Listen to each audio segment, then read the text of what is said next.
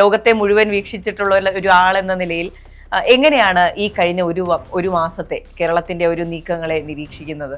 Autocratic ആയിട്ടുള്ള ജന ഇഷ്ടങ്ങളെ തെല്ലും കരുതാത്ത ഒരു ഭരണകൂടത്തിൽ നിന്ന് ജനങ്ങൾക്കൊരു വിമോചനം കിട്ടിയതുപോലെയാണ്.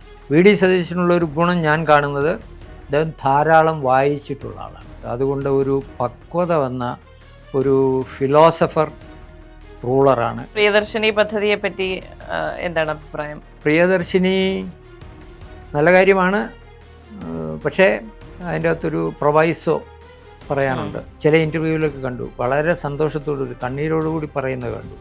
കാരണം ഇതൊരു വലിയൊരു അനുഗ്രഹമാണെന്ന്. ഇവിടെ എന്തും ആകാം എന്ന ഒരു സിറ്റുവേഷനായി പോയിട്ടുണ്ട് നമ്മുടെ സമൂഹത്തിൽ. അത് ചെറുപ്പക്കാരുടെ ഇടയിൽ അതിഭീകരമായ രീതിയിൽ ഇത് പടരുന്നുണ്ട്. നേഷൻ ഫെസ്റ്റിൽ ഇന്ന് നമ്മോടൊപ്പം അതിഥിയായിട്ടുള്ളത് മുതിർന്ന മുൻ മാധ്യമ പ്രവർത്തകൻ ഫാദർ സിറിയക് തുണ്ടിയിലാണ്. നമസ്കാരം അച്ഛൻ. നമസ്കാരം. അച്ഛൻ ജർമ്മനിയിലൊക്കെ പഠിച്ചതാണ്, പുറം രാജ്യങ്ങളെ പറ്റി കൃത്യമായ നിരീക്ഷണങ്ങളുള്ള ഒരു വ്യക്തിയാണ്. ഇപ്പോൾ വി ഡി സതീശൻ നയിക്കുന്ന UDF സർക്കാർ അധികാരത്തിലേറി ഒരു മാസമാവുകയാണ്. ഈ ആദ്യ ഒരു മാസത്തെ ഇപ്പോൾ ലോകത്തെ മുഴുവൻ വീക്ഷിച്ചിട്ടുള്ള ഒരു ആളെന്ന നിലയിൽ എങ്ങനെയാണ് ഈ കഴിഞ്ഞ ഒരു മാസത്തെ കേരളത്തിന്റെ ഒരു നീക്കങ്ങളെ നിരീക്ഷിക്കുന്നത്? വാസ്തവത്തിൽ വി ഡി സതീശൻ്റെ മന്ത്രിസഭ വന്നത് വളരെ നല്ല ഒരു ചേഞ്ചാണ്. Long we were waiting for that, ഇങ്ങനൊരു ചേഞ്ച് വരാനായിട്ട്. ഓട്ടോക്രാറ്റിക് ആയിട്ടുള്ള ജന ഇഷ്ടങ്ങളെ തെല്ലും കരുതാത്ത ഒരു ഭരണകൂടത്തിൽ നിന്ന് ജനങ്ങൾക്കൊരു വിമോചനം കിട്ടിയതുപോലെയാണ്. വാസ്തവത്തിൽ വി ഡി സതീശൻ എന്ന് പറയുന്നത് കോൺഗ്രസിന് ഇത്തവണ ജയിച്ചവർക്ക് വോട്ട് ചെയ്തത് കോൺഗ്രസ്സുകാർ മാത്രമല്ല, അതൃപ്തരായ വളരെയേറെ ഇടതുപക്ഷക്കാരും UDF വേണ്ടി ഇത്തവണ വോട്ട് ചെയ്തിട്ടുണ്ട്. കാരണം അത്രയ്ക്ക് അതൃപ്തി ജനങ്ങളിലുണ്ടായിരുന്നു. കാരണം ഓട്ടോക്രാറ്റിക് ആയിട്ടുള്ള ഒരു ഭരണമായിരുന്നു. അതുപോലെ അഴിമതി നിറഞ്ഞതെന്നാണ് എൻ്റെ ഒരു വിലയിരുത്തൽ. അത് പക്ഷേ ഒന്നും പുറത്ത് കൊണ്ടുവരാൻ പറ്റില്ല. ആരാ കൊണ്ടുവരേണ്ടത്? പോലീസ് അവരുടെ കയ്യിലായിരിക്കും. അപ്പോൾ അഴിമതി നിറഞ്ഞതും സ്വാർത്ഥ മാത്രം ചിന്തിക്കുന്ന ഒരു ഭരണകൂടത്തിൽ നിന്നൊരു വലിയ വിമോചനമാണ്. വി ഡി സതീശനുള്ള ഒരു ഗുണം ഞാൻ കാണുന്നത്, അദ്ദേഹം ധാരാളം വായിച്ചിട്ടുള്ള ആളാണ്. അതെ, വളരെയേറെ പുസ്തകങ്ങൾ വായിച്ചിട്ടുണ്ട്, വളരെയേറെ കാര്യങ്ങൾ മനസ്സിലാക്കിയിട്ടുണ്ട്. അതുകൊണ്ട് ഒരു പക്വത വന്ന ഒരു ഫിലോസഫർ റൂളറാണ് എന്ന് വേണമെങ്കിൽ പറയാം.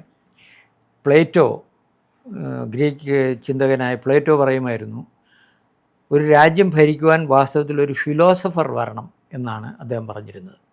അപ്പോൾ ഫിലോസഫർ ആകുമ്പോൾ ലോകത്തെയും ജനങ്ങളെയും ലോക സാഹചര്യങ്ങളെയും വളരെ ഒരല്പം അകന്നു നിന്ന് കണ്ട് പക്വമായി തീരുമാനം എടുക്കാൻ പറ്റുന്നവരാണ് ഫിലോസഫേഴ്സ്. തത്വജ്ഞാനികൾ എന്ന് പറഞ്ഞാൽ വെറും ബൗദ്ധിക തലത്തിൽ ജീവിക്കുന്നവരല്ല. അവരെല്ലാത്തിനെയും ഒരു കറക്റ്റ് വ്യൂവിൽ കണ്ട് തീരുമാനങ്ങൾ എടുക്കുന്നവരാണ്. അതുപോലുള്ള ഒരു ഫിലോസഫർ റൂളറാണ് വി ഡി സതീശൻ എന്നാണ് എനിക്ക് തോന്നുന്നത്. അതുകൊണ്ട് അദ്ദേഹത്തിൻ്റെ ഓരോ റിയാക്ഷൻ കണ്ടാലും മനസ്സിലാവും, വളരെ പക്വതയാർന്ന റിയാക്ഷൻസാണ് നടത്തുന്നത്. ഇന്നലെ ആണെങ്കിൽ ഒരു വീഡിയോ ഞാൻ കണ്ടു, വലതുവശത്ത് ഗതാഗത മന്ത്രി ഇരിക്കുന്നു, TV അനുപമ ട്രാൻസ്പോർട്ട് സെക്രട്ടറിയാണ്. അപ്പോൾ അവരിങ്ങനെ സംസാരിച്ചിട്ട് വേറെ സ്ഥലത്തോട്ട് മാറിയിരിക്കാൻ നോക്കിയപ്പോൾ സതീഷ് നോ സീറ്റ് ഇവിടെ എൻ്റെ ഇടതുവശത്ത് തന്നെ ഇരുന്നോളാൻ പറഞ്ഞുകൊണ്ട് വലിയ കോംപ്ലിക്കേഷൻ ഇല്ലാതെ വളരെ ലളിതമായിട്ട് നല്ല ഒരു സംഗതി ചെയ്യാൻ പറ്റും. അവൾ വളരെ ശാന്തമായിട്ട് അവിടെ ഇരുന്നു സംസാരിക്കുന്നു. അപ്പോൾ ഇതുപോലെ ഈസോടുകൂടി ഭരിക്കുവാൻ സാധിക്കുന്ന ഒരാളാണെന്നാണ് എനിക്ക് തോന്നുന്നത്. അപ്പോൾ ഈ ഒരു മാസത്തെ പ്രവർത്തനങ്ങളും പുതിയ പദ്ധതികളും ഒക്കെ എങ്ങനെയാണ് വിലയിരുത്തുന്നത്? വാസ്തവത്തിൽ അതിനെക്കുറിച്ച് വിലയിരുത്താറായിട്ടില്ല. ബജറ്റും കൂടെ വന്നു കഴിഞ്ഞാൽ എന്തൊക്കെയാണ് ചെയ്യാൻ പോകുന്നത് നമുക്കറിയാൻ പറ്റുള്ളൂ. ഇപ്പം ബജറ്റ് ഒരുക്കിക്കൊണ്ടിരിക്കുന്ന സമയമാണ്. എങ്കിലും ഫസ്റ്റ് ഇംപ്രഷൻ ഈസ് ഗുഡ്. ഇപ്പം ചെറിയ ചെറിയ ഫ്രീബീസ് ഒക്കെ കുറേ ആനുകൂല്യങ്ങളൊക്കെ പ്രഖ്യാപിച്ചിട്ടുണ്ട്. പ്രിയദർശിനി പദ്ധതിയെ പറ്റി എന്താണ് അഭിപ്രായം? പ്രിയദർശിനി നല്ല കാര്യമാണ്, പക്ഷേ അതിൻ്റെ അകത്തൊരു പ്രൊവൈസോ പറയാനുണ്ട്. അതായത് എല്ലാ സ്ത്രീകൾക്കും കൊടുക്കേണ്ട കാര്യമില്ല. ഇപ്പോൾ മേഘയെ പോലെ ഒരാൾ ടിക്കറ്റ് എടുത്തേ യാത്ര ചെയ്യുള്ളൂ. കാശുള്ളവർ ധാരാളം പേരുണ്ട് സ്ത്രീകളിൽ തന്നെ. അപ്പോൾ സ്ത്രീകളെ എല്ലാവരെയും ഇങ്ങനെ കാശില്ലാത്തവരായിട്ട് കണ്ടിട്ട് കാര്യമില്ല. അർഹിക്കുന്നവരുണ്ട്. ചില ഇൻ്റർവ്യൂവിലൊക്കെ കണ്ടു, വളരെ സന്തോഷത്തോടുകൂടി കണ്ണീരോടുകൂടി പറയുന്നത് കണ്ടു. കാരണം ഇതൊരു വലിയൊരു അനുഗ്രഹമാണെന്ന്. കാരണം തുച്ഛമായ സാലറിയിൽ ദൂരെ നിന്ന് വന്ന് ജോലി ചെയ്യുന്നവർക്കൊക്കെ വലിയ അനുഗ്രഹമാണ്. ചിലർക്കൊക്കെ 2500 രൂപ 3000 രൂപ മാസം ഇതുകൊണ്ട് സേവ് ചെയ്യാൻ പറ്റുന്നുണ്ട്. അതുകൊണ്ട് they can make both ends meet എന്നുള്ള ഒരു സ്ഥിതിയിൽ സംസാരിക്കുന്നവരുണ്ട്. അങ്ങനെയുള്ളവർക്ക് കൊടുക്കണം. പക്ഷേ കാശുള്ളവർക്ക് എന്തിനാണ്? വക്കീലന്മാർക്ക് എന്തിനാണ്? ഡോക്ടേഴ്സിന് എന്തിനാണ്? പ്രൊഫസർമാർക്ക് എന്തിനാണ്? ഇവർക്കൊക്കെ കാശുള്ളവർക്കാണ്. അവർക്കൊന്നും കൊടുക്കേണ്ട കാര്യമില്ല. അപ്പോൾ അവർ സെലക്റ്റീവായിട്ട് ഒരു ഇക്കണോമിക് അഡ്വാൻറ്റേജ് കൊടുക്കുമ്പോൾ ഇക്കണോമിക് റീസൺസ് വേണം. അപ്പോൾ പാവപ്പെട്ടവർക്ക് കൊടുക്കാനായിട്ട് അതിന് നമുക്കുള്ളത് ആകെപ്പാടെ ഇപ്പോൾ ഉള്ളത് ഒരു കാർഡാണ്. BPL കാർഡെന്നോ വല്ലതും നോക്കിയിട്ട് BPL കാർഡ് ഉള്ളവർക്ക് കൊടുക്കാമെന്നോ വല്ലതും ഒക്കെ തീരുമാനിച്ചാൽ നല്ലതായിരിക്കും. പക്ഷെ ഒരു പബ്ലിക് സർവീസ് എന്ന നിലയിൽ ഇപ്പോൾ ആദ്യഘട്ടമായി സ്ത്രീകൾക്കും പിന്നീട് പുരുഷന്മാർക്കും എല്ലാവർക്കും ഇത് ഫ്രീ ആയിട്ട് കൊടുക്കുന്ന ഒരു ഘട്ടം വന്നാൽ നല്ലതായിരിക്കില്ലേ? ഒരു പബ്ലിക് സർവീസ്, ഒരു സിറ്റി ട്രാൻസ്പോർട്ട് ഫ്രീ ആയിട്ട് കൊടുക്കുന്നത് കുഴപ്പമില്ല. അങ്ങനെ ചെയ്യാം. അതിനുള്ള സാമ്പത്തിക ശേഷി ഉണ്ടെങ്കിൽ ചെയ്യുന്നത് നല്ലതാണ്, കുഴപ്പമില്ല, നല്ലതാണ്. അപ്പോൾ അതിൻ്റെ വേറൊരു സൈഡ് ഗുണമെന്ന് പറയുന്നത് വണ്ടികളുടെ പൊല്യൂഷൻ കുറേ കുറയും. എല്ലാവരും കാറേ വരണ്ട. ഇപ്പോൾ മെട്രോ ഉള്ളതുകൊണ്ട് എറണാകുളത്ത് പലരും മെട്രോയിലാണ് യാത്ര ചെയ്യുന്നത്. സമയലാഭമുണ്ട്, പണലാഭമുണ്ട്. അത് നോക്കുമ്പോഴത്തെ ഇക്കണോമിക്കലി ഇറ്റ് ഈസ് ഗുഡ്.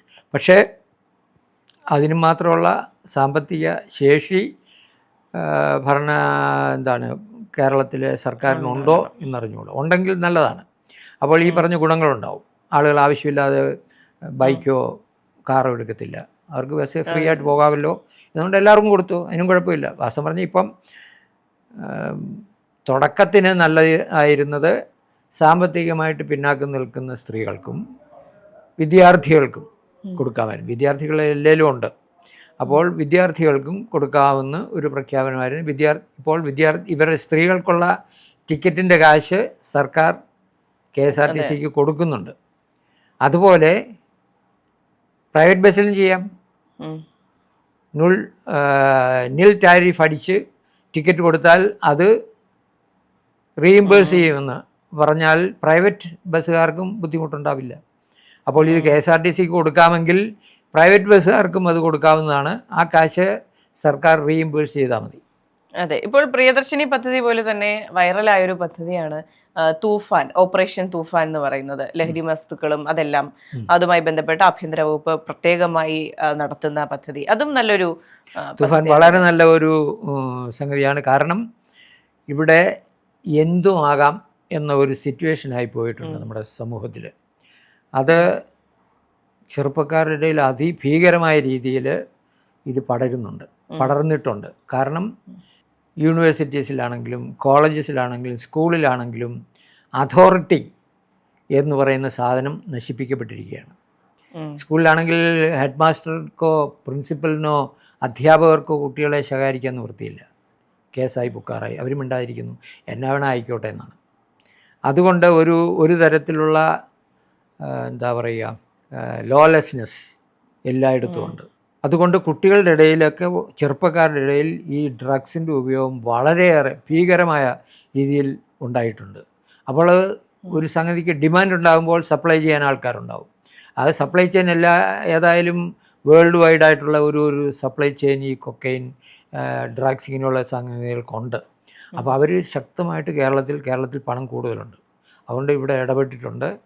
അതുകൊണ്ട് തൂഫാൻ വളരെ നല്ലതാണ്.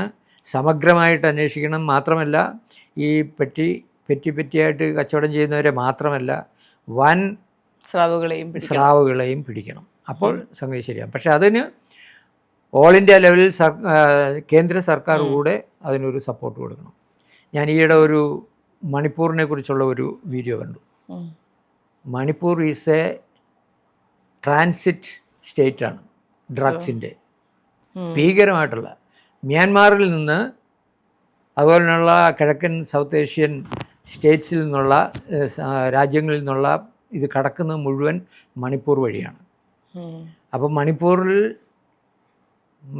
ഇന്ന ഗ്രൂപ്പ് എന്ന് പറയണ്ട, മണിപ്പൂർ വഴിയായിട്ടാണ് ഈ ഡ്രഗ്സ് കണ്ടമാനം കിടക്കുന്നത്. പക്ഷെ അതിനെക്കുറിച്ച് ആരും മിണ്ടുന്നില്ല, കേസുകൾ വന്നാലും ആരും അനങ്ങുന്നില്ല. അപ്പോൾ ഇതിങ്ങനെയുള്ള നെറ്റ്വർക്ക് കൂടി തകർത്താലേ ഇത് നിൽക്കുകയുള്ളൂ.